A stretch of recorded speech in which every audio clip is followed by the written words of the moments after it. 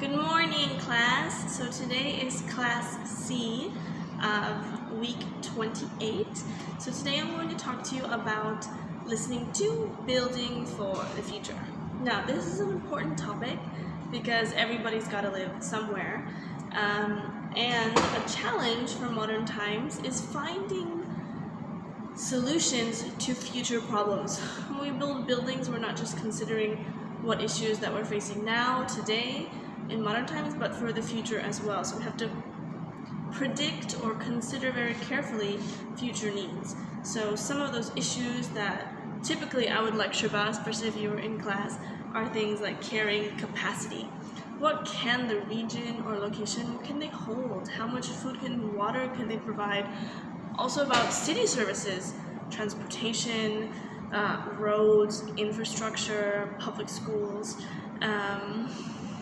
How many people can we support without severe environmental degradation, so ruining the environment or lessening things. And this is really specific to your own community, so it's definitely not the same for every country or city or region. It's very, very specific. So some examples I'd like to share with you are that in Israel, it is a city mandate to have a miklat or a mamad. So a miklat or a mamad are basically a reinforced steel structure in your apartment or in your house, which is mandated, which is forced by Israeli law. The city council said, or the housing authority, city council says, you must have this, and it's a reinforced structure. So should there be a crisis or a bomb situation, you're immediately in your own home able to find a secure place to go. Now, of course, Israel has had, throughout the history of Israel, has had issues related to, just issues related to safety and general issues with terrorism and the region that it's in and the way the country was formed. So because that's something relevant and very prevalent in their lives, they need to have these in their homes. So in other countries, less severe examples could be in the United States and in Canada, especially in the northeast regions where it's very, very cold. You typically have what we call, at least in America, a mudroom. So in this mudroom, it's basically a second entrance, usually off the side of the house, close to the driveway or the parking structure if it's an apartment. And it's basically a small room where you put muddy boots, wet coats.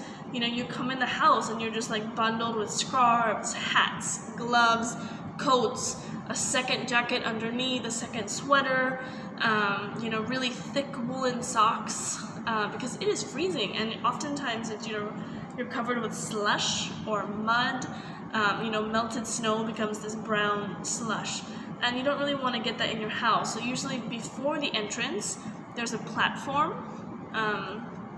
and it has a metal grate.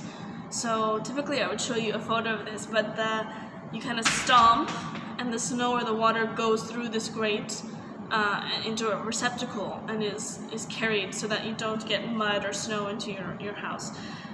In Vietnam, we often have something similar, right? But instead of for a snowy hot climate, we have a place outside our door, usually a shoe rack, where we put our shoes because it's a cultural custom not to wear shoes inside one's home for hygiene.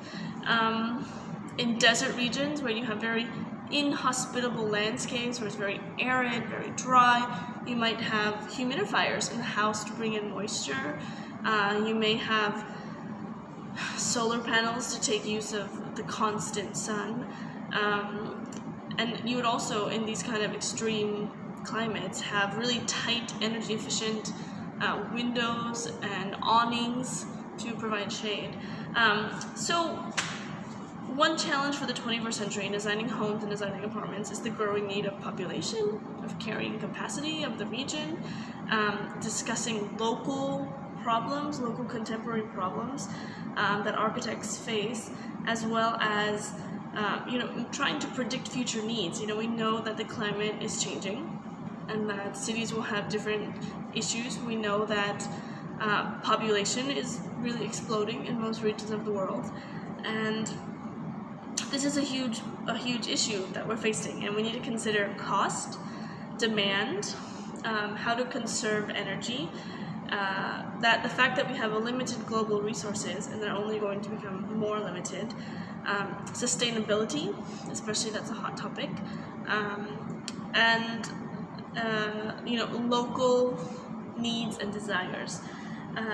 So in the future, we're going to need to properly plan for these. So please listen to Listening To on Building for the Future. Your assignment today is to complete sections 1, 2 on page 70 and sections 1 and 2 on page 71. Then you'll see that there's a highlighted list on a Word document, and an assignment on Canvas where you will need to complete the critical thinking.